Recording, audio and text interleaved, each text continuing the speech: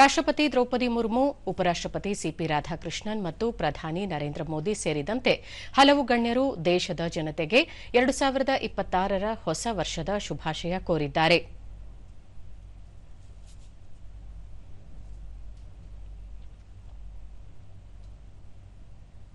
ರಾಷ್ಟ್ರಪತಿ ದ್ರೌಪದಿ ಮುರ್ಮು, ಹೊಸ ವರ್ಷವು ನವೀಕೃತ ಶಕ್ತಿ ಮತ್ತು ಸಕಾರಾತ್ಮಕ ಬದಲಾವಣೆಯನ್ನು ಸಂಕೇತಿಸುತ್ತದೆ.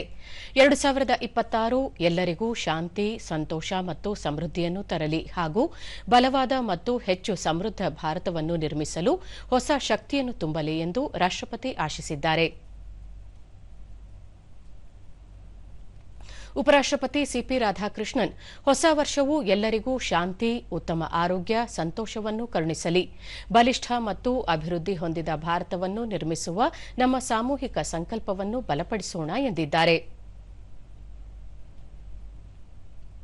ಪ್ರಧಾನಿ ನರೇಂದ್ರ ಮೋದಿ, ದೇಶದ ನಾಗರಿಕರಿಗೆ 2026 ಅದ್ಭುತವಾಗಿರಲಿ.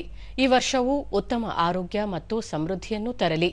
ಎಲ್ಲರ ಪ್ರಯತ್ನಗಳಿಗೆ ಯಶಸ್ಸು ದೊರೆಯಲಿ ಎಂದು ಆಶಿಸಿದ್ದಾರೆ. ಕೇಂದ್ರ ಸಚಿವ ಪ್ರಹ್ಲಾದ್ ಜೋಶಿ, ಹೊಸ ವರ್ಷ ಎಲ್ಲರ ಜೀವನದಲ್ಲಿ ಆರೋಗ್ಯ, ಸಂತೋಷ, ಸಮೃದ್ಧಿ ಹಾಗೂ ಯಶಸ್ಸನ್ನು ತರಲಿ. ಹೊಸ ಕನಸುಗಳು ಸಾಕಾರವಾಗಲಿ. ಹೊಸ ಅವಕಾಶಗಳು ನಿಮ್ಮ ದಾರಿಯನ್ನು ಬೆಳಗಿಸಲಿ ಎಂದು ತಿಳಿಸಿದ್ದಾರೆ. ಕೇಂದ್ರ ಸಚಿವ ಎಚ್ ಡಿ ಕುಮಾರಸ್ವಾಮಿ, 2026 ಸರ್ವರಿಗೂ ಶುಭವನ್ನುಂಟು ಮಾಡಲಿ.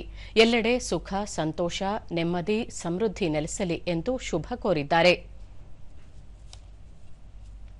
ಕೇಂದ್ರ ಸೂಕ್ಷ್ಮ, ಸಣ್ಣ, ಮಧ್ಯಮ ಕೈಗಾರಿಕೆ ಮತ್ತು ಕಾರ್ಮಿಕ ಮತ್ತು ಉದ್ಯೋಗ ಖಾತೆ ರಾಜ್ಯ ಸಚಿವೆ ಶೋಭಾ ಕರಂದ್ಲಾಜೆ, ಸಮಸ್ತ ಜನತೆಗೆ ಕ್ಯಾಲೆಂಡರ್ ಹೊಸ ವರ್ಷದ ಹಾರ್ದಿಕ ಶುಭಾಶಯ ಎಂದು ತಿಳಿಸಿದ್ದಾರೆ.